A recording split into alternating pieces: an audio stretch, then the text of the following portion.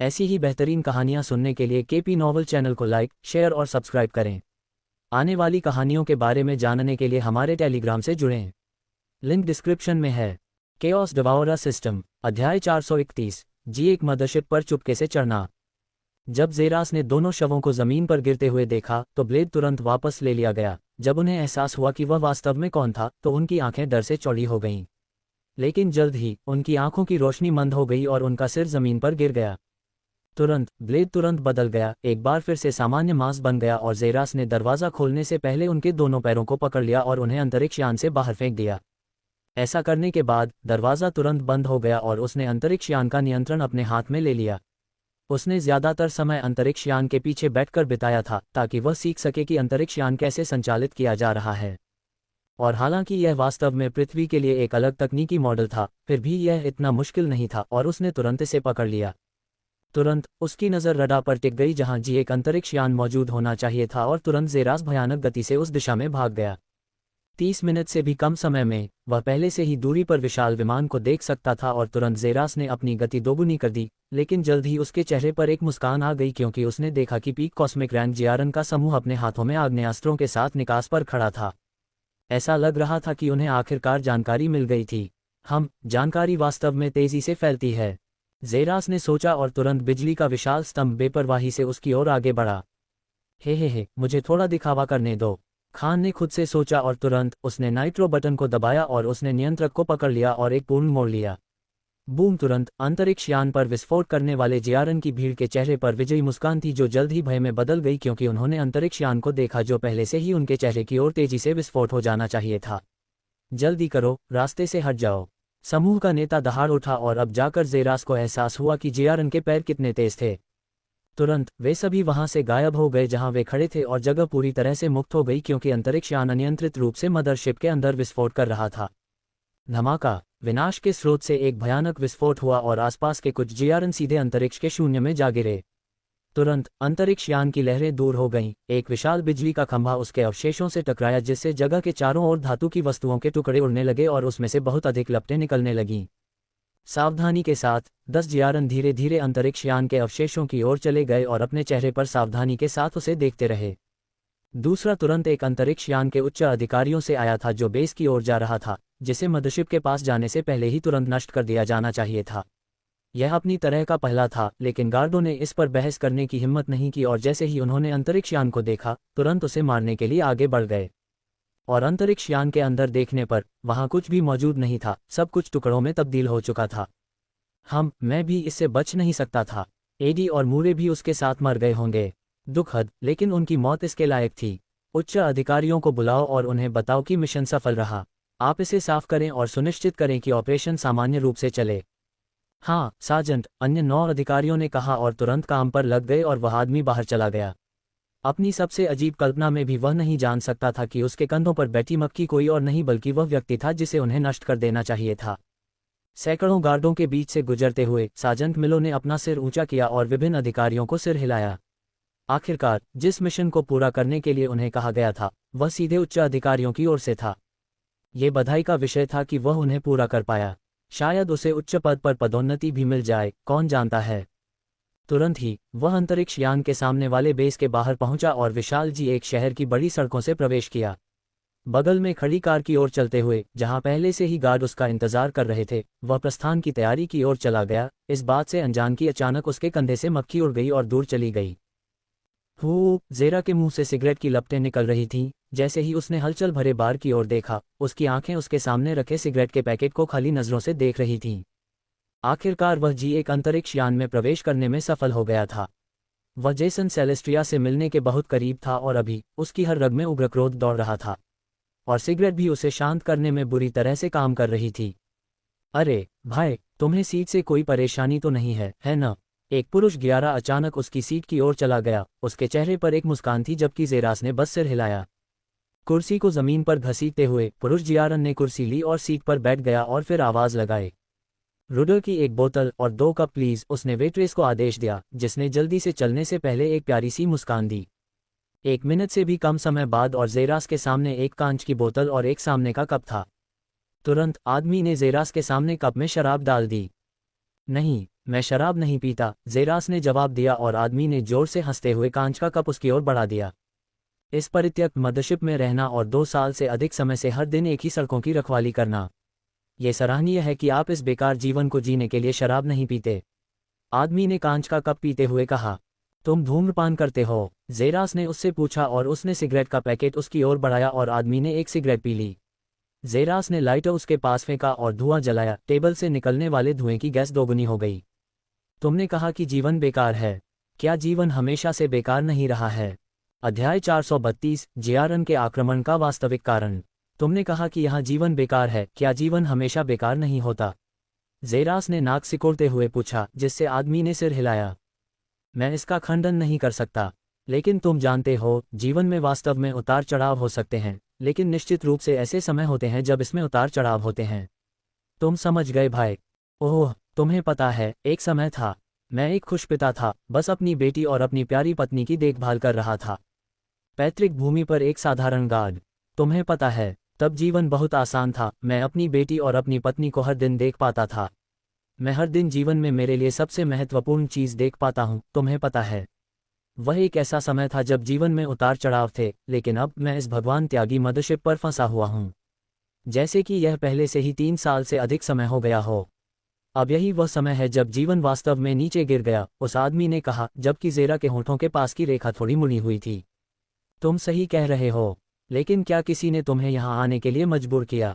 तुमने अपने हाथों से इसके लिए हामी भरी? हा, क्या तुम गंभीर हो भाई? उस आदमी ने पूछा और जोर से हंसने लगा, जिससे जेरा की भौहें चढ़ गईं। इसके लिए हामी भरी? क्या तुम सच में सोचते हो कि पर्याप्त दिमाग वाला कोई भी व्यक्ति इसके लिए हामी भरेगा?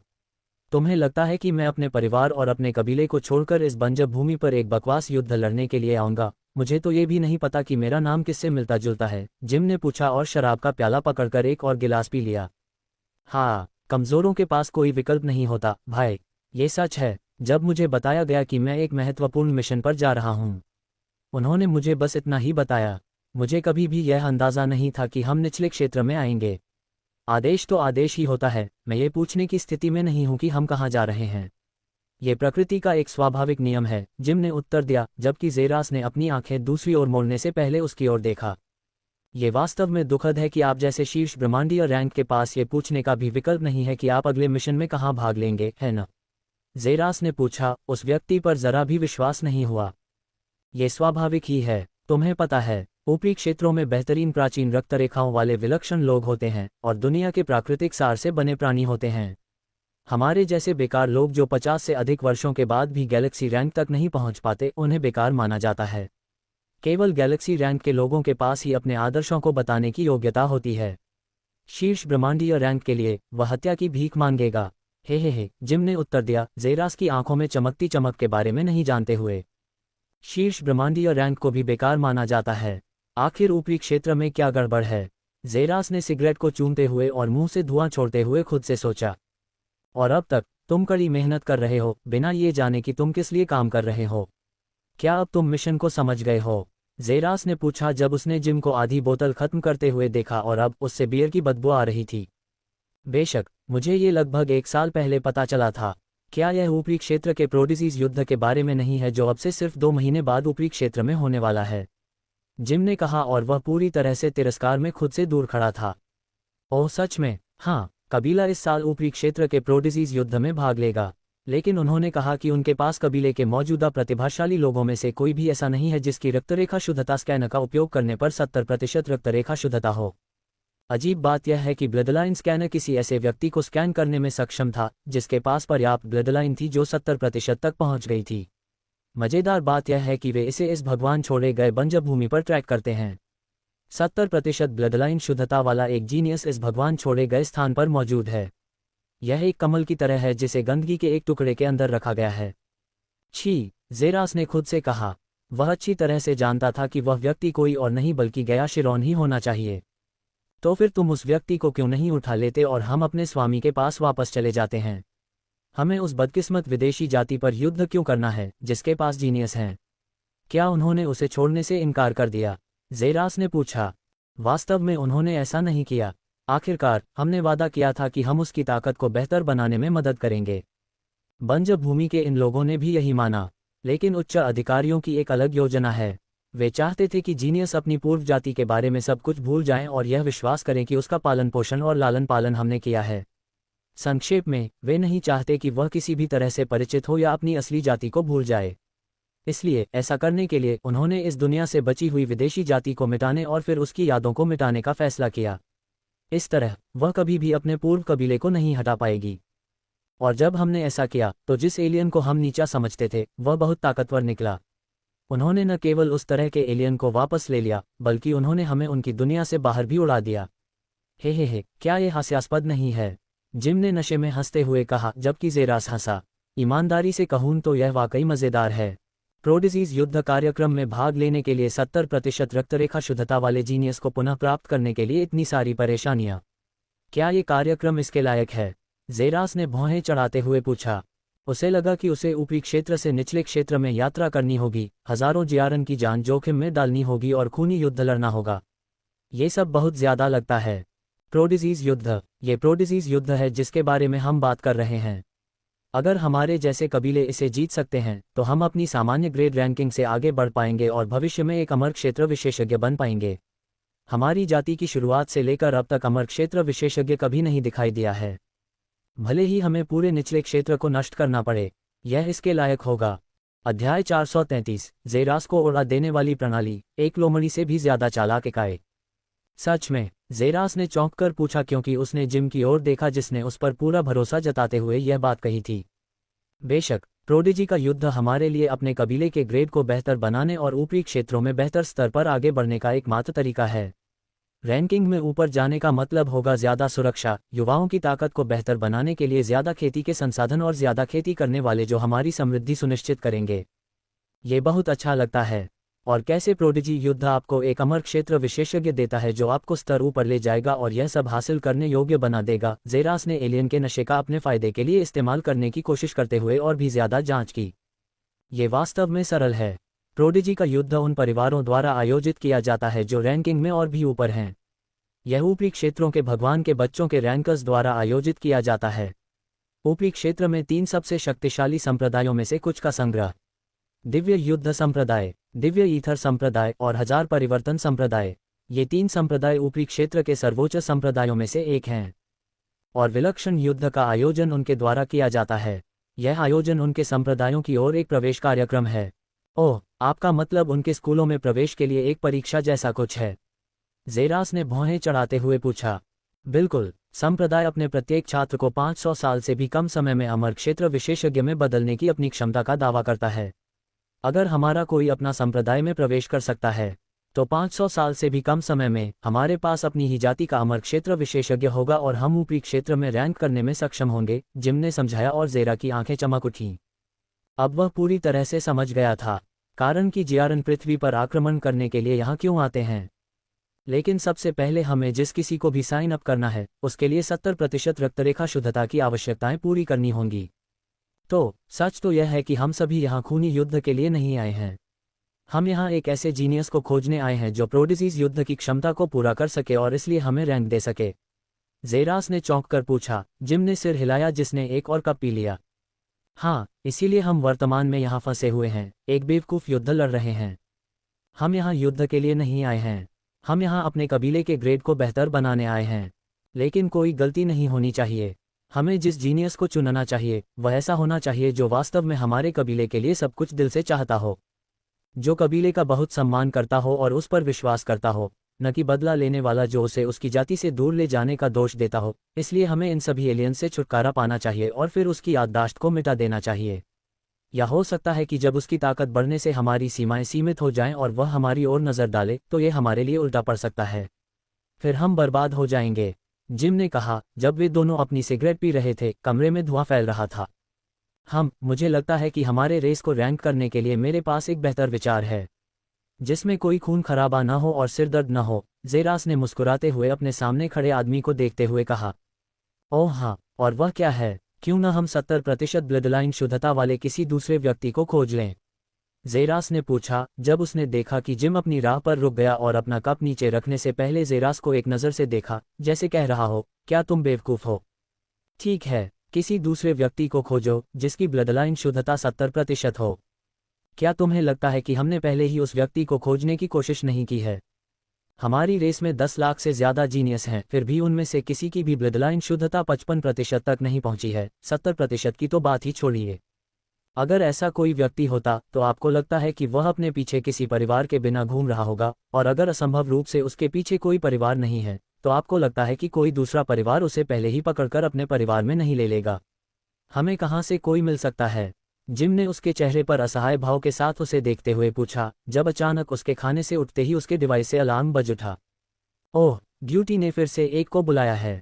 आपसे मिलकर अच्छा लगा भाई, जल्द ही मिलते हैं, जिम ने कहा, और वह वेट्रेस की ओर चली गई और उसने पे और यहाँ तक कि सिगरेट के लिए भी भुगतान किया जो उसने जेरास को लहराने से पहले पी थी, जिसने वापस लहराया और उसने उस आदमी को बार से बाहर निकलते और सड़कों पर गायब होते हुए देखा। मैंने कभी नहीं सोचा था कि यही कारण है कि जेआरएन वास्तव में यहाँ हैं। वे गया के लिए यहाँ हैं क्योंकि उसके पास 70% शुद्धता की रक्तरेखा है, और वे गया को मनुष्यों के बारे में चिंता करने से रोकने के लिए ये युद्ध कर रहे हैं और इसके बजाय विलक्षण युद्ध की घटनाओं में अपनी खेती पर ध्यान केंद्रित कर रहे हैं। जेरास ने मन ही मन सोचा। उसकी आंखों में हजारों भावनाएं चमक उठीं, लेकिन जब सुनहरा अधिसूचना पैनल उसके सामने प्रकट हुआ तो उसका ध्यान पुनः केंद्रित हो गया। होस्ट प्रोडिजीज वॉर क्यों नहीं आजमाता? क्या तुम्हारा मतलब है कि मुझे गया के बजाय इसे आजमाना चाहिए? जेरास ने भौहें चढ़ाकर पूछा। हाँ, होस्ट एक सच्चा कैश डिवाइडर है। आपकी रक्तरेखा शुद्धता निश्चित रूप से 70% से अधिक है। इसका मतलब है कि आप आवश्यकता को पूरा करते हैं। इसके अलावा जेआरएन को नहीं पता कि आप मनुष्यों से जुड़े हुए हैं, इसलिए आपको अपनी यादों को उनके द्वारा मिटाए जाने की बिल्कुल भी आवश्यकता नहीं है। ठीक है, अगर यह आपके जैसे व्यक्ति के लिए संभव है, आप जेआरएन को ऊपरी क्षेत्र में ले जाने के लिए एक परिवहन के रूप में उपयोग कर सकते हैं, जबकि आप प्रोडिजीज युद्ध की घटनाओं का उपयोग ऊपरी क्षेत्रों के उच्च संप्रदायों में से एक में जाने और अपनी ताकत में सुधार करने के लिए करते हैं। कुछ ऐसा जो अभी आपके लिए अगली प्राथमिकता होनी चाहिए। और आप जेआरएन को केवल एक ही चीज़ वापस देते हैं, वह है उनसे पीड़ित होना, और आप उन्हें वह दे पाएंगे जो वे चाहते हैं। अमर क्षेत्र में पहुंचकर और उन्हें रैंक करके आपको बदले में जेआरएन के लिए बस इतना ही करना है।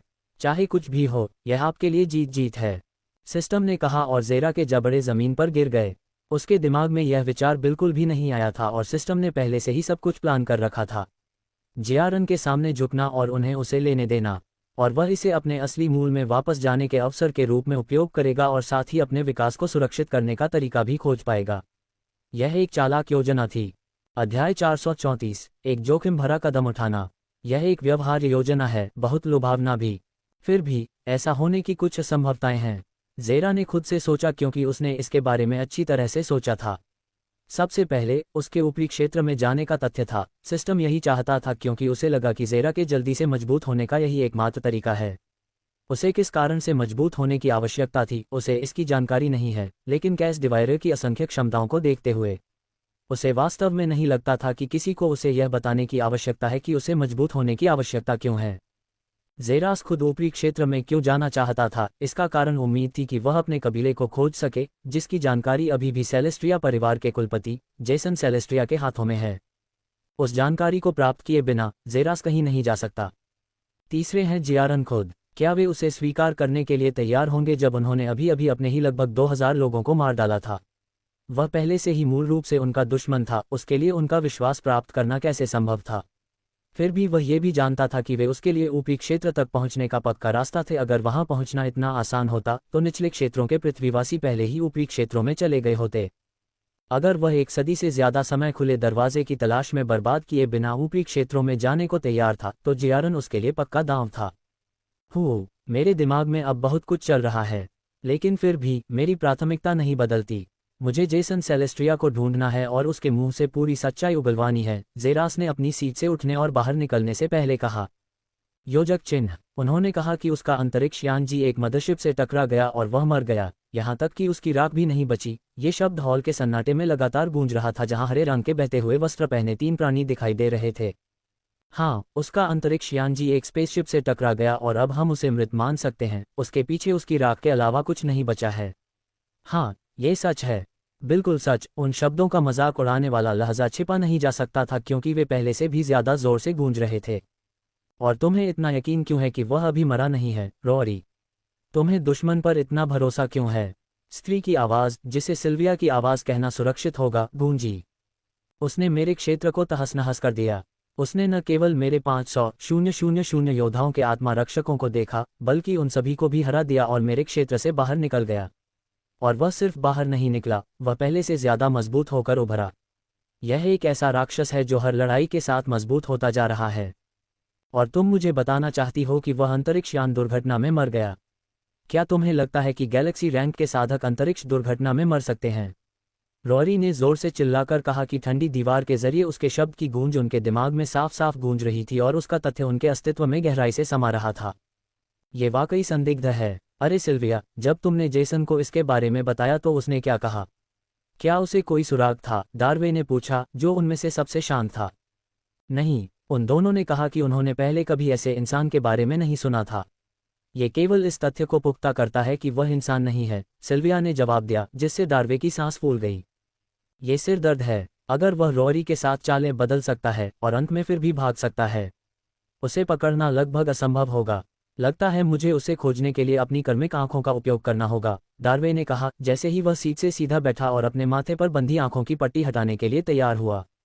इसकी कोई जरूरत नहीं होगी, आवाज पूरे हॉल में गूंज उठी, क्योंकि तीनों जियारन ने तुरंत हॉल के प्रवेश द्वार पर अपनी नजरें गड़ा दी, जहां एक आकृति उनकी ओर आती हुई दिखाई दे रही थी।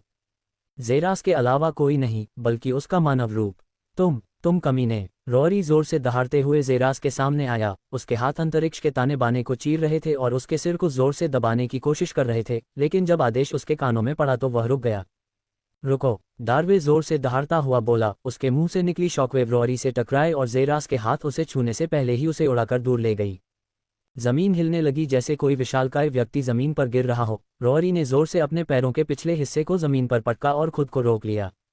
तुरंत उसकी हरी आंखों में लाल रंग की चमक आ गई जब उसने जेरास को देखा, जो उस समय उस पर मजाक उड़ाते हुए हंस रहा था और डार्वे की ओर इशारा करते हुए कह रहा था कि ये वही है, बेवकूफ। और रॉरी ने आखिरकार अपनी लाल आंखें डार्वे की ओर घुमाईं। उसकी आंखों में सदमा और भ्रम था। क्या तुम पागल हो गए हो, डार्वी? रॉरी के मुंह से गुस्से की दहाड़ निकली, लेकिन जब उसने डार्वी को अपना सिर धीरे से हिलाते देखा तो वे गायब हो गए। मैं पागल नहीं हुआ हूं रॉरी, बस मुझे लगता है कि कोई कारण होगा कि उसने हमारे सामने आने का फैसला किया, जबकि हम उसे मारने के अलावा और कुछ नहीं चाहते थे। मैं उसके सिर में अपना ब्लेड डालने से पहले वह कारण सुनना चाहता हूं, डार्वी ने कहा, जब रॉरी ने मंच के शीर्ष पर वापस जाने से पहले गुनगुनाया। Clap clap clap. अगर मैं कहूं तो यह एक बहुत ही स्मार्ट निर्णय था, और कुछ ही सेकंड में उस निष्कर्ष पर पहुंचना सराहनीय, वास्तव में सराहनीय। लगता है कि अंत में आप सभी मांसपेशियों वाले लोगों का समूह नहीं हैं। जेरास ने लगातार ताली बजाते हुए कहा। रॉरी की आंखों से गुस्से के कारण एक नस लगभग फट गई। मुझे बताओ कि यहाँ तुम्हारा उद्देश्य क्या है, मॉन्स्टर, या तुम चाहते हो कि हम तुम्हारे लिए ये गंदा काम करें? दरअसल मेरा एक नाम है और इसे जेरास कहते हैं। और असल में मैंने अभी तक किसी लड़की को किस नहीं किया है, इसलिए मैं ऐसा करने से पहले यहाँ मरने की योजना नहीं बना रहा हूँ। साथ ही मुझे एलियंस में कोई दिलचस्पी नहीं है, इसलिए वह भी ऐसा नहीं करेगी। जेरास ने सिल्विया को आंख मारते हुए कहा, जिसने उसकी ओर एक भान उठाए। मैं उसे मारना चाहता हूँ। अध्याय 435, 3 परम जियारन के साथ बातचीत 1। मैं उसे मारना चाहती हूँ, सिल्विया ने अपनी जीभ चटकाते हुए कहा। ये जानते हुए मुझे लगता है कि हम इस कारण तक पहुंच सकते हैं कि मैंने अपनी जान जोखिम में डालकर आज यहां आपसे मिलने क्यों आए हूं, जेरास ने जोर से कहा, जबकि उनकी भौहें उस पर ध्यान केंद्रित करके सिकुड़ी हुई थीं। ईमानदारी से कहूं तो मैं यहां केवल आपकी समस्याओं के समाधान के लिए आया हूं। आप जियारन की एक समस्या है, बहुत बड़ी समस्या, जेरास ने जोर से कहा, जैसे ही रॉरी के सिर पर एक और नस उभरी और डार्वे की आंखें बार बार फड़कने लगीं। और मेरे पास, जेरास, आपकी समस्या का समाधान है, जेरास ने आत्मविश्वास से कहा, जिससे उनके चेहरों पर एक अविश्वसनीय मुस्कान आ गई। और वह क्या है? डार्वे ने पूछा, लेकिन जेरास ने हाथ उठाते हुए देखा। लेकिन पहले एक सीट ताकि सब कुछ निष्पक्ष हो जाए, जेरास ने मुस्कुराते हुए कहा, जबकि रॉरी गुस्से में अपनी सीट से उछल पड़ा। तुम नीच हो, तुम हमारे सामने बैठने के योग्य नहीं हो। ठीक है, कोई बात नहीं, लगता है तब तुम्हें मेरे समाधान में कोई दिलचस्पी नहीं है। खैर, तुम सबके चेहरे देखकर अच्छा लगा, जेरास ने कहा और पीछे मुड़ा और बिना किसी जल्दबाजी के बाहर निकल गया। वूम! अचानक हवा के अलग होने की आवाज पूरे हॉल में गूंज उठी, जब डार्वे ने अपनी सीट जेरास की ओर फेंकी और इतने अद्भुत नियंत्रण के साथ कि सीट उससे सिर्फ 1 इंच दूर जाकर रुक गई। तुम वाकई बहुत समझदार हो, जेरास ने सीट लेते हुए कहा और आराम से बैठ गया। अब ये 4 सज्जनों के बीच एक उचित चर्चा की तरह लग रहा है। ज़ेरास ने खुद को हंसते हुए सोचा, मैं सज्जन नहीं हूँ, तो अब जब तुम्हें वो मिल गया है जो तुम चाहते हो, क्या तुम मुद्दे पर आ सकते हो? सिल्विया ने पूछा, उसका धैर्य पहले से ही कम हो रहा था।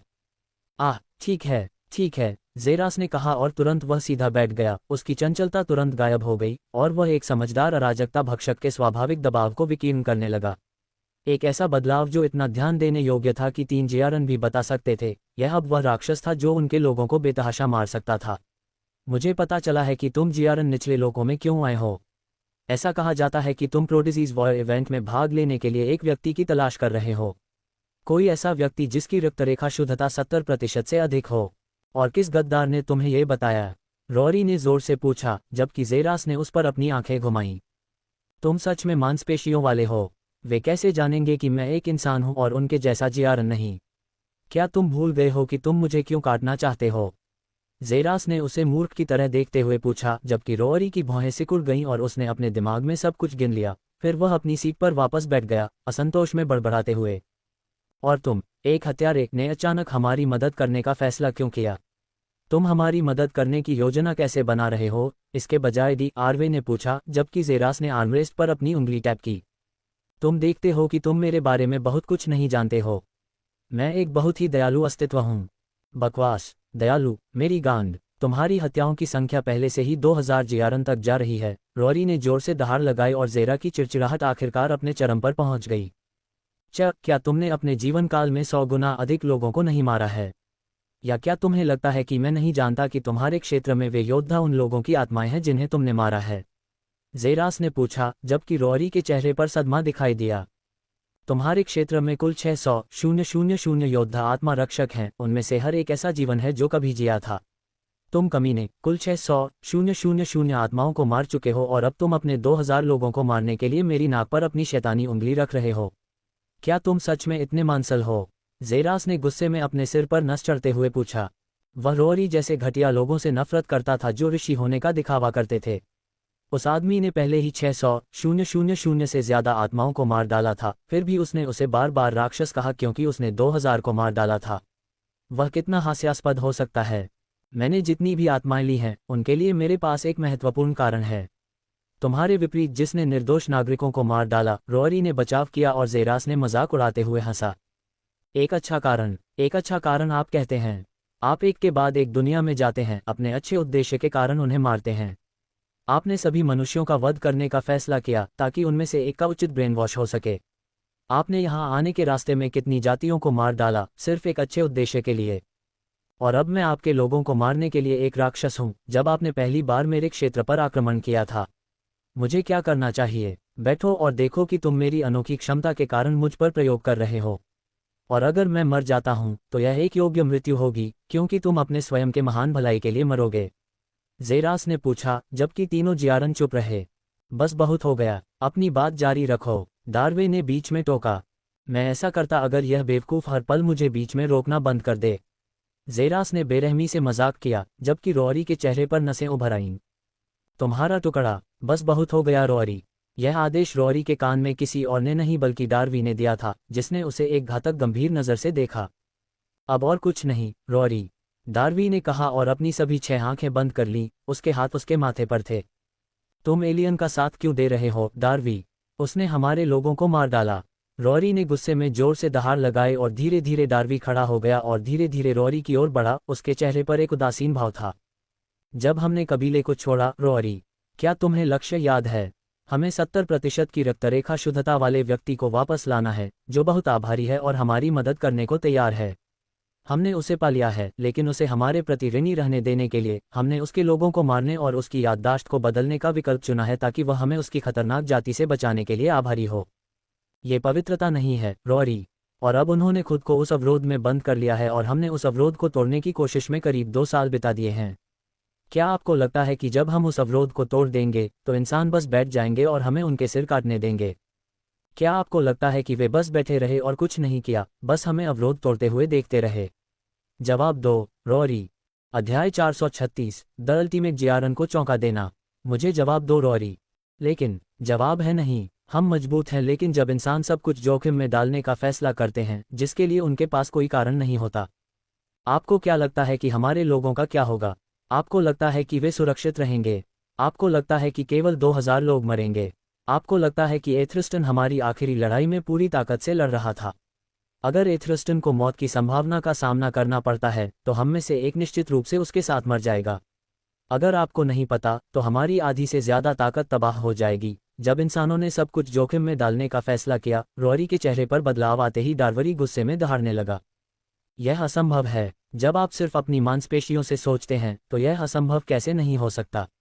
और अब वह हमारे पास आया था, अपनी जान जोखिम में डालकर हमें समाधान देने के लिए। सही हो या गलत, क्या हमें कम से कम उसकी बात नहीं सुननी चाहिए? हमारी आधी सेना के लिए जो नष्ट हो जाएगी, उन लाखों इंसानों की जिंदगी के लिए जो अन्यायपूर्ण तरीके से मारे जाएंगे। तो चुप हो जाओ रॉरी, और पहले हमें उसकी बात सुनने दो, ठीक है? अपना गुस्सा शांत करो, डार्वे। सिल्विया ने डार्वे को पुकारा, जिसकी आंखें भी तीव्र लाल होने लगी थीं, लेकिन वे जल्द ही फैल गईं और एक बार फिर हरे रंग में ढक गईं और डार्वे अपनी सीट पर वापस चला गया। अच्छा, यह एक आंख खोलने वाला भाषण था। ज़ेरास जोर से हंसा। ऐसा लगता है कि खुद जियारन भी इंसानों से इतने बेखौफ नहीं थे। कुछ ऐसा जिसने ज़ेरास को अजीब तरह से उत्साहित महसूस कराया। तुम अपनी बात जारी रख सकते हो, ज़ेरास। अच्छा, तो तुमने कहा कि तुम्हें प्रोडिजीज युद्ध में भाग लेने के लिए किसी की जरूरत है। कोई ऐसा जिसकी रक्तरेखा शुद्धता 70% हो और जो सौदे के बाद वास्तव में तुम्हारा साथ दे और तुम लोगों को ऊपरी दायरे में रैंक करने में मदद करे, है न?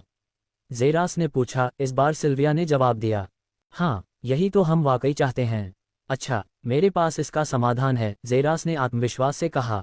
और वह क्या है? मुझे द प्रोडिजीज वॉर में भाग लेने दें और आपका प्रतिनिधित्व करें। फिर मैं आवश्यकता पूरी होने पर आपके कबीले को ऊपर ले जाने में मदद कर सकता हूँ। अति आत्मविश्वासी बेवकूफ, रॉरी ने अपनी सांस रोककर ज़ेरास को तिरछी नज़र से देखा। इस बार डार्वे हंस पड़ा और यहाँ तक कि सिल्विया भी अपना मुंह ढंककर खुद को हंसने से रोकने की कोशिश करती हुई दिखाई दी। तुम्हें पता है ज़ेरास, जब हम निचले क्षेत्र में जाना चाहते थे, हमने अपना शोध किया था और हमारे शोध के अनुसार इस दुनिया में केवल एक ही व्यक्ति की रक्तरेखा शुद्धता 70% है। एक अकेला व्यक्ति, और वह व्यक्ति गया शिरोन नाम की एक लड़की है, न कि तुम ज़ेरास। जो भी हो, डार्वे ने जवाब दिया, ज़ेरास और भी ज्यादा चमकीली मुस्कान के साथ। हम अभी इसे आजमा कर देखें तो कैसा रहेगा। मुझे मत बताना कि तुम इसके लिए कलाकृति नहीं लाए हो, ज़ेरास ने अपनी सीट से उठते हुए कहा और डार्वे की आंखें भी सिकुड़ गईं और वह भी अपनी सीट से उठ खड़ा हुआ। ये कलाकृति है, उसने कहा, जैसे ही उसके हाथों में अचानक एक मोमबत्ती दिखाई दी। लेकिन मोमबत्ती में जो बात अलग थी वह ये थी कि इसमें सामान्य एक के बजाय वास्तव में 10 कुंडल थे। ये रक्तरेखा मोमबत्ती है। प्रत्येक कुंडल 10% रक्तरेखा शुद्धता है, और इसमें 10 कुंडल 100% तक पहुंचते थे। ऐसा कभी नहीं हुआ था कि कोई 9वीं भी जला सके, और ऊपरी क्षेत्र में सामान्य रैंक के इतिहास के माध्यम से हमारी जाति के अस्तित्व की शुरुआत से लेकर अब तक केवल 10 लोग ही 8वीं को जला पाए हैं। 7वीं वह है जिसे आपको प्रोडजी युद्ध कार्यक्रम के लिए अर्हता प्राप्त करने में सक्षम होना चाहिए, डार्वे ने कहा, जैसे ही वह धीरे धीरे मंच से नीचे उतरा और उसके सामने बचे हुए 2 जियारन थे। अगर तुम 7वीं मोमबत्ती नहीं जला पाए तो मैं तुरंत तुम्हें मारने की पूरी कोशिश करूंगा, क्योंकि तुमने मेरा समय बर्बाद किया है और मेरे लोगों को भी मार डाला है, डार्वे ने कहा, जब वे उससे 10 सेंटीमीटर दूर पहुंचे। और अगर मैंने इसे जला दिया तो क्या होगा? ज़ेरास ने पूछा। तो मैं तुम्हारी योजना सुनने के लिए तैयार हूं, उसने मोमबत्ती आगे बढ़ाते हुए कहा। ये समय की बर्बादी है। हो सकता है कि उसका मुंह मीठा हो, लेकिन ऐसा कोई तरीका नहीं है कि उसके जैसा नीच व्यक्ति छठी मोमबत्ती भी जला सके। रॉरी ने मजाक उड़ाया, क्योंकि ज़ेरा की जलन बढ़ गई थी। अगर मैंने इसे जलाया तो तुम्हें मानना होगा कि तुम नीच हो। क्या तुम इस बात से सहमत होने की हिम्मत रखते हो? ज़ेरास ने रॉरी से पूछा, जिसकी मुस्कान चौड़ी हो गई। यदि आप वास्तव में इसे 7वें तक रोशन कर सकते हैं तो मैं अपने शब्द वापस ले लूंगा और आपके सामने गिड़गिड़ाऊंगा, रॉरी ने एक दुष्ट मुस्कान के साथ कहा, क्योंकि ज़ेरा की मुस्कान उसके कानों तक फैल गई। फिर अपनी अंधी आंखें खोलो, तुम नीच, ज़ेरास ने कहा और उसने मोमबत्ती को डार्वे के हाथों से छीन लिया और मोमबत्ती को उसके चेहरे पर उठाया। Boom boom boom. इसके तुरंत बाद 3 मोमबत्तियां एक दूसरे की तरह लाल आभा में चमक उठीं, जिसने पूरे कमरे को खून के रंग में रंग दिया। लाल लाल, तुम्हारा एक राक्षसी वंश है, डार्वे ने जोर से कहा। और एक बहुत ही शुद्ध भी, सिल्विया ने सोचा और उनकी आंखों के ठीक सामने बूम बूम 2 और विस्फोट हुए और 2 और मोमबत्तियां जल उठीं और तुरंत ये कुल 5 हो गया। 50% रक्त रेखा शुद्धता। वह 1 मिनट से भी कम समय में 50% की रक्त रेखा शुद्धता तक पहुंच गया, सिल्विया ने चौंक कर सोचा और तुरंत बूम, छठी मोमबत्ती के जलने पर पूरे हॉल में एक और लाल रोशनी फूट पड़ी। असंभव, असंभव। रोरी ने मोमबत्ती पर जलती हुई 6 कुंडलियों को देखते हुए भ्रम में जोर से दहाड़ लगाए। तुम्हें पता नहीं है कि मैं नीच लोगों से क्या करने में सक्षम हूं। अब अपनी अंधी आंखें खोलो और देखो, जेरास ने सिस्टम को आदेश देते हुए पूरी तरह से तिरस्कार के साथ कहा। इसे थोड़ा ट्यून करो सिस्टम। बूम! तुरंत एक चमकदार प्रभामंडल अविश्वसनीय तीव्रता के साथ चमक उठा, क्योंकि अल्टीमेट जियारन की आंखें अविश्वास में चमक उठीं। असंभव! डार्वे अविश्वास में दहाड़ उठा। उसकी रक्तरेखा शुद्धता वास्तव में 70% है, सिल्विया ने चौंक कर जोर से कहा, लेकिन जोरदार खर्राटे की आवाज उनके कानों में गूंजी जब वे जेरास की ओर देखने लगे, जिसके चेहरे पर एक मजाकिया मुस्कान थी। क्या 70% वाकई इतना बढ़िया है? मुझे मत बताओ। अध्याय 437, एक समान के रूप में बातचीत। बूम! तुरंत शक्तिशाली लाल रोशनी एक बिल्कुल नए स्तर पर पहुंच गई, क्योंकि तीनों जियारन ने भी सुन्न करने वाली रोशनी से अपनी आंखें बंद कर लीं। फिर भी वे सभी मदद नहीं कर सके और बलपूर्वक इसे खोल दिया, क्योंकि उन्होंने एक ऐसा दृश्य देखा जिसके बारे में उन्होंने केवल सुना था और पहले कभी नहीं देखा था। 8वीं मोमबत्ती की रोशनी। उसके रक्त की रेखा 80% शुद्धता की है। रोरी ने अविश्वास में दहाड़ लगाए और जेरा के होठों पर एक उपहासपूर्ण मुस्कान आ गई। बस इतना ही सिस्टम है, जेरा ने आदेश दिया और 9वीं मोमबत्ती की रोशनी, जो पहले से ही आग की लपटें पैदा कर रही थी, तुरंत शांत हो गई। तुरंत जेरा ने मोमबत्ती को डार्वे पर वापस फेंक दिया, क्योंकि उस पर लगे कॉइल तुरंत बंद हो गए और मोमबत्ती में धुएं के अवशेष और 3 जियारन के अलावा कुछ नहीं बचा, जिनके जबड़े अभी भी जमीन पर लटके हुए थे। और धीरे धीरे जेरास ने अपना ध्यान वापस रोरी की ओर मोड़ा, क्योंकि उसके चेहरे पर एक दुष्ट मुस्कान दिखाई दी। तो तुम अभी भी क्यों खड़े हो? मुझे याद आया कि तुम्हें कुछ करना है न? जेरास ने पूछा, जब उसने रोरी को देखा, जिसकी आंखें शर्मिंदगी से चमक उठीं, जब अन्य जियारन उसे नापसंद नजरों से देख रहे थे। लेकिन रोरी कौन था? सौदा ये था कि अगर तुम 7वीं मोमबत्ती जलाते। तुमने 8वीं मोमबत्ती जलाए और 7वीं पर नहीं रुके। इससे सौदा अमान्य हो जाता है, रोरी ने जवाब दिया, जबकि जेरास अविश्वसनीय तिरस्कार के साथ सूंघ रहा था। मुझे तुम जैसे कचरे से इससे कम की उम्मीद नहीं थी, उसने जवाब दिया। लेकिन इस बार रोरी केवल अपनी मोटी खाल का इस्तेमाल कर सकता था और दुर्व्यवहार को झेल सकता था। तो तुमने देखा है कि मैं शुद्धता के मानदंडों को पूरा करता हूं, है न? और तुम्हारे शब्दों के अनुसार मैं तुम्हारी आम ऊपरी क्षेत्र की दौड़ के माध्यम से 8वीं मोमबत्ती जलाने वाला 11वां व्यक्ति हो सकता हूं। मुझे लगता है कोई व्यक्ति चांदी की तलाश में था, लेकिन उसे हीरा मिल गया, जेरास ने अपनी सीट पर बैठते हुए टिप्पणी की, भले ही तीनों जियारन उससे कुछ सेंटीमीटर की दूरी पर खड़े थे। जेरास डरा हुआ नहीं था। वह अच्छी तरह जानता था कि जियारन 70% रक्तरेखा शुद्धता वाले व्यक्ति के लिए कितने बेताब थे। वह कुछ मिनट पहले हुई बातचीत से यह बता सकता था कि उन्हें सभी मनुष्यों को मारना कोई सन जैसा काम नहीं था। सच में जियारन कोई मनोरोगी जाति नहीं थी जो खून खराबे के अलावा कुछ नहीं चाहती थी। वे बस एक ऐसा व्यक्ति चाहते थे जो उनकी आवश्यकताओं को पूरा करे, ताकि वे कौतुक के युद्ध में भाग ले सकें और अंततः उनकी शांति को बढ़ा सकें। और वे इसे हासिल करने के लिए कुछ भी करने को तैयार थे। इसलिए जब उसने खुद को एक बहुत ही खास मामले के रूप में पेश किया, सबसे मूर्खतापूर्ण कदम जो वे कर सकते थे वह था उसके जीवन पर हमला करने की कोशिश करना। भले ही वे उसे मार भी न सकें, लेकिन क्या होगा अगर जेरास एक दिन काफी मजबूत हो जाए और अपने रक्तरेखा की पूरी क्षमता तक पहुंच जाए? फिर वह बदला लेने के लिए वापस आएगा और उनकी सभी जातियों का वध करेगा। ऊपरी क्षेत्र में ऐसा रोज होता है। हार के बाद जब डार्वे ने सांस छोड़ी तो उसके दिमाग में यही विचार चल रहा था और तुरंत मंच के ऊपर की 3 कुर्सियां उनके पास आ गईं और वे सीधे जेरास के सामने बैठ गए, जिससे उसके मन में मुस्कुराहट आ गई। वे आखिरकार उससे बराबरी की शर्तों पर बात करने को तैयार हो गए। मैंने कहा कि अगर तुम मोमबत्तियां जलाने में सक्षम हो तो मैं तुम्हारी योजना के बारे में सुनने को तैयार हूं। तो तुम क्या प्रस्ताव देते हो? मैं तुम्हारी ज़रूरतों से शुरू करता हूं। मैंने तुम्हारी 70% रक्तरेखा शुद्धता की आवश्यकता को पूरा कर दिया है। और मैं ऐसा नहीं हूं कि उसे हमारा ऋणी होना चाहिए ताकि वह भविष्य में हमारे साथ विश्वासघात न करे। मुझे विश्वासघात से कोई मतलब नहीं है। मैं बातचीत में विश्वास करता हूं। मेरे लिए उपयोगी बनो और मैं भी तुम्हारे लिए उपयोगी बनूंगा। क्या तुम मेरी बात समझ रहे हो? जेरास ने पूछा, जबकि डार्वे की आंखें सिकुड़ गई थीं।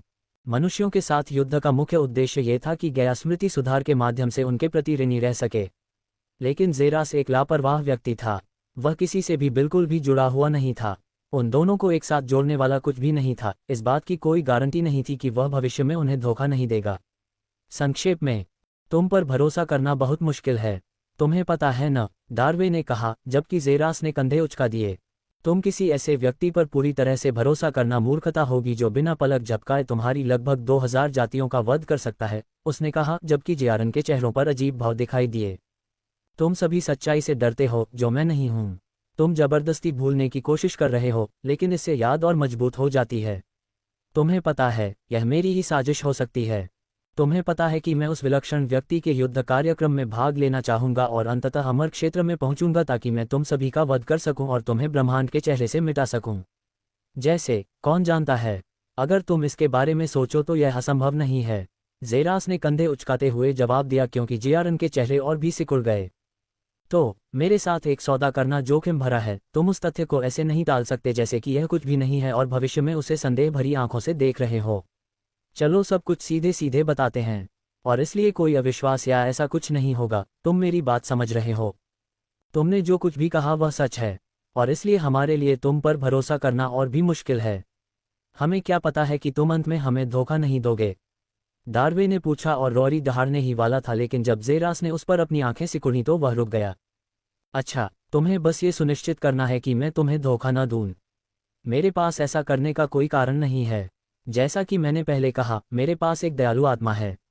मैंने आपकी जाति का वध इसलिए किया क्योंकि आपने मुझे पकड़ लिया, मुझे कैद कर लिया, मुझे नीच कहा और मुझे चीर फाड़ कर यह पता लगाने की योजना बनाई कि मैं एक साधारण मनुष्य की तरह अंतरिक्ष में कैसे चल सकता हूँ। यहीं से समस्या शुरू हुई। अगर आपने मेरा स्वागत एक कप चाय से किया होता, पूछा होता कि मैं कहाँ से हूँ, मुझे अपनी जाति से मिलवाया होता, मुझे अपना सबसे अच्छा कमरा और बेहतरीन शराब दी होती, क्या आपको लगता है कि मैं अपने पंजे आपकी गर्दन पर तान देता? ज़ेरास ने भौहें चढ़ाकर पूछा, जबकि गैरन की आंखें एहसास में चौड़ी होने लगीं।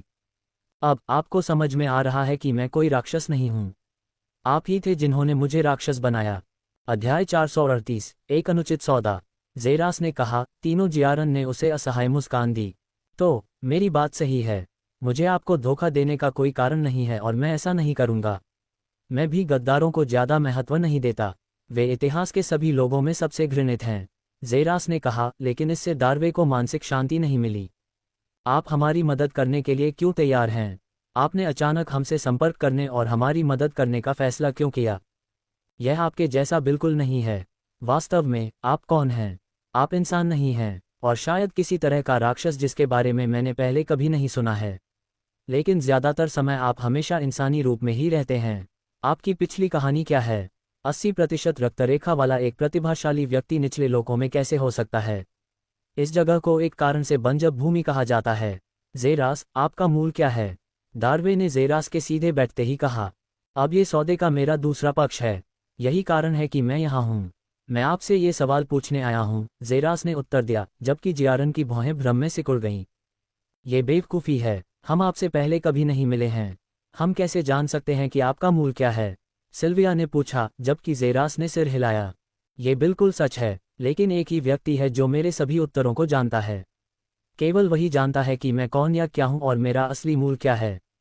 और वह व्यक्ति आपकी हिरासत में है।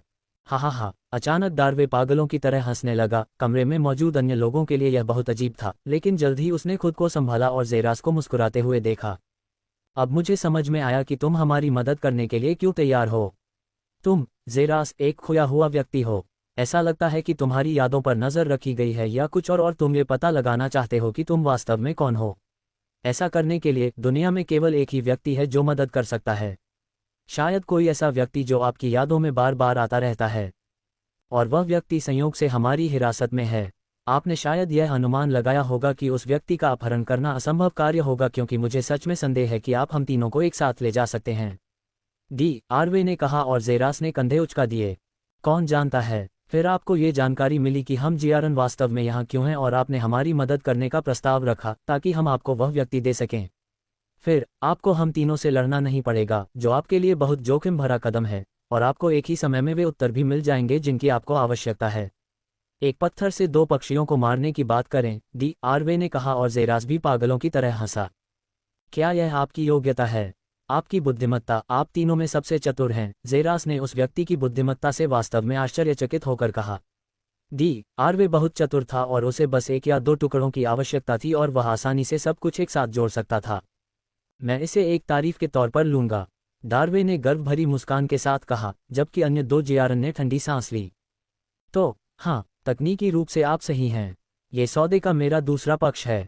मुझे अपनी हिरासत में वह व्यक्ति दे दो जो मेरी असली पहचान के बारे में जानता हो, और मैं तुम्हारी जाति को रैंक करने में तुम्हारी मदद करूंगा। मैं अपनी उत्पत्ति के बारे में जानूंगा और तुम वह पाओगे जिसके लिए तुम हो।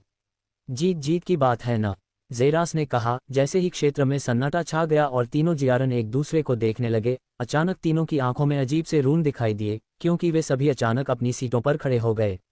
लेकिन ज़ेरास को तुरंत समझ आ गया कि क्या हो रहा है। वे टेलीपैथिक रूप से संवाद कर रहे थे। उसने इसे बाधित करने के लिए कोई कदम नहीं उठाया और बस आत्मविश्वास से बैठा रहा। उसकी मुस्कान एक बार भी उसके चेहरे से नहीं हटी। 3 मिनट की चुप्पी के बाद उनकी आंखों में रून धीरे धीरे गायब हो गए और वे सामान्य हो गए। उसे लगता है कि उन्हें यकीन था कि वह उनकी कमजोरी के पल का इस्तेमाल उनके खिलाफ नहीं करेगा और इसका इस्तेमाल करके उनमें से किसी को जल्दी से मार नहीं देगा। आपका प्रस्ताव अच्छा है, लेकिन हमें लगता है कि इस साझेदारी में आपको जो कुछ भी मिलेगा वह बहुत ज्यादा है। इतना ज्यादा कि यह थोड़ा अनुचित है, डी आरवे ने कहा और ज़ेरा के चेहरे पर एक जिज्ञासु भाव प्रकट हुआ। और यह किस तरह से होगा?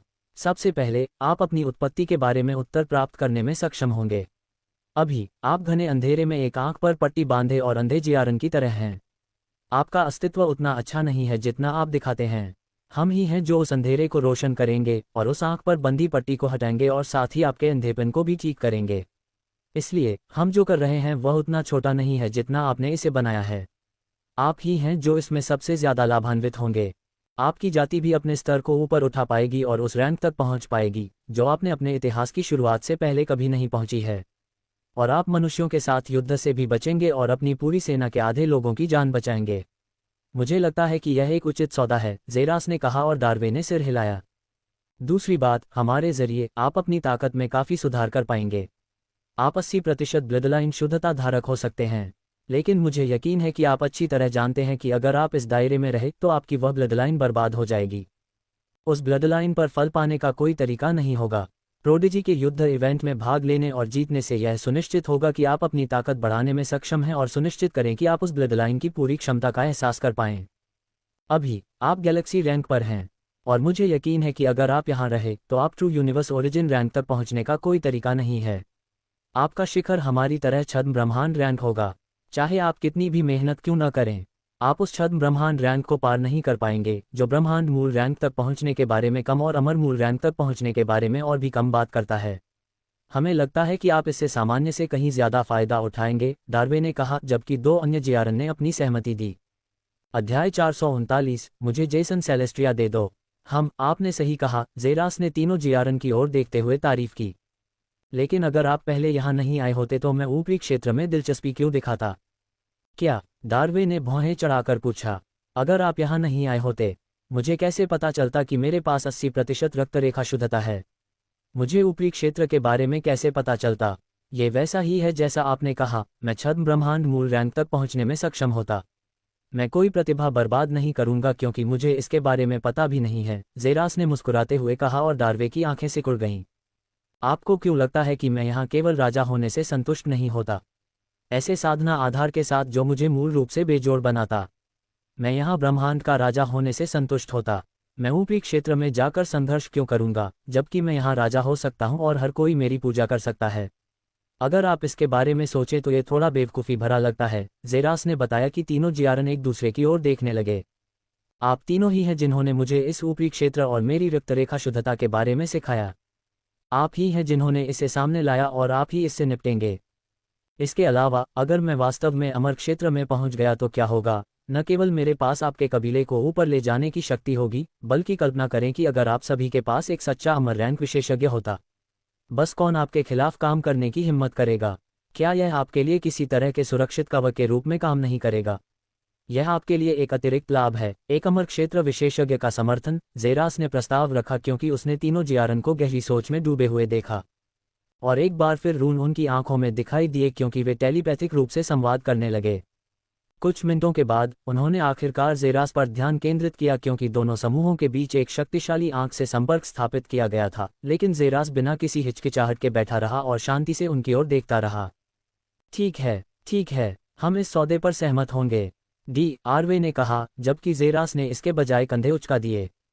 केवल एक मूर्ख ही सहमत नहीं होगा, ये कहा। एक छोटी सी समस्या है, हम कैसे जानते हैं कि एक बार जब आप अपनी असली उत्पत्ति के बारे में जान जाते हैं तो आप अचानक सौदे से पीछे नहीं हटेंगे? ऐसी बात एक व्यक्ति को पलक झपकते ही बहुत बदल सकती है।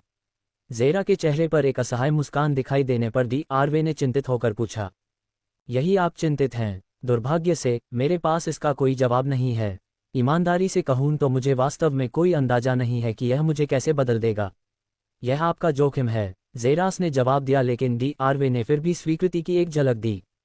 ठीक है, तो वह कौन है जिसके बारे में तुमने कहा था कि वह तुम्हारी उत्पत्ति के बारे में जानता है? डी आरवे ने पूछा, क्योंकि ज़ेरा की आभा तुरंत बदल गई और अस्त व्यस्त हो गई। सबसे पहले इस बात की बहुत अधिक संभावना है कि मैं उस व्यक्ति को मार डालूंगा। इसलिए पहले तुम्हें इस बात पर सहमत होना चाहिए। मैं उस व्यक्ति की जान ले लूंगा, और अगर तुमने मुझे रोकने की कोशिश की तो मैं सितारों के जरिए तुम्हारे वंश के किसी भी व्यक्ति का शिकार करूंगा। ज़ेरास ने धमकी दी, क्योंकि अचानक आभा परिवर्तन के कारण सिल्विया और रोअरी के चेहरे बदल गए। अभी उनके पहले के ज़ेरास पूरी तरह से अपना आपा खो चुके थे और उनकी दुष्ट और शैतानी आभा पूरी तरह से चरम पर थी, जिससे वे बहुत असहज महसूस कर रहे थे। मैं समझता हूं कि तुम कैसा महसूस कर रहे हो।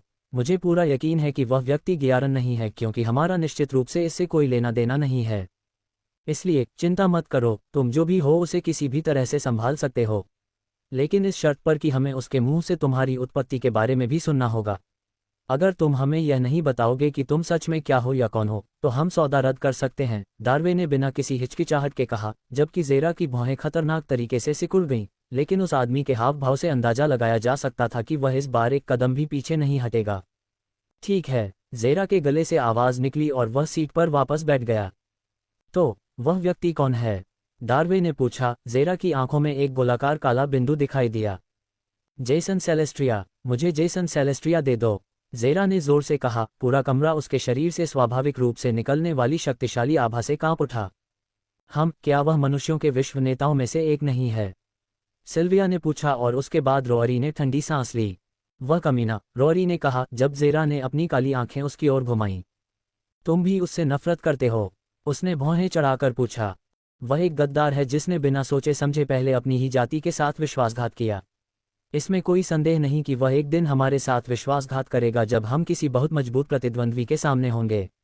ऐसे लोग सबसे ज्यादा घृणित होते हैं। कमीने, लगता है तुम्हारे खून के गद्दार तुम्हारी रगों में दौड़ रहे हैं। ज़ेरा ने अपने मन में सोचा और उसने डार्वे की ओर देखा और उसकी आंखों ने सब कुछ कह दिया। ठीक है, डार्वे ने कंधे उचकाते हुए कहा, तो अभी आ जाओ, हमारे पास दुनिया का सारा समय नहीं है। ज़ेरास ने कहा और अपनी सीट से उठकर सीट की ओर बढ़ गया। तुरंत ही तीनों जियारन आगे बढ़े और उनमें से 4 जल्द ही एक अनजान जगह पर आसमान में उड़ गए। जेसन सेलेस्ट्रिया, एक पल तुम मेरी मुट्ठी में होगे और अगले ही पल तुम मेरे पेट में होगे। ज़ेरास ने अपने मन में सोचा। उसके चेहरे पर भयानक काली नसें दिखाई देने लगी और उसके हाथों पर लाल रंग के पपड़ी के धब्बे दिखाई देने लगे। योजक चिन्ह, जिस जगह पर मानवता के 2 गद्दारों को कैद किया गया था, वह जी एक अंतरिक्ष यान का एक अत्यधिक संरक्षित और सुरक्षित क्षेत्र था। न केवल वे गैलेक्सी रैंक स्टेज पर थे, बल्कि वे बेहद खतरनाक भी थे। जियारन भी जानते थे कि वे मनुष्य थे जिन्होंने उनके कुछ लोगों को नष्ट कर दिया था। उनके द्वारा किया गया एक भी कदम उन्हें अपूरणीय क्षति पहुंचा सकता था। इसलिए उन्होंने उन्हें इतने उच्च और व्यापक रूप से संरक्षित क्षेत्र में रखना सुनिश्चित किया था। इस क्षेत्र में 4 प्राणी गोलाकार गुंबद अवरोध के ऊपर प्रकट हुए, जहां सुंदर बगीचा और एक छोटी सी झोपड़ी थी। ये स्वाभाविक था, एक स्वाभाविक घृणा, इतनी शक्तिशाली घृणा कि ज़ेरा का खून उसकी नसों में उनकी प्राकृतिक गति से 5 गुना अधिक गति से घूम रहा था।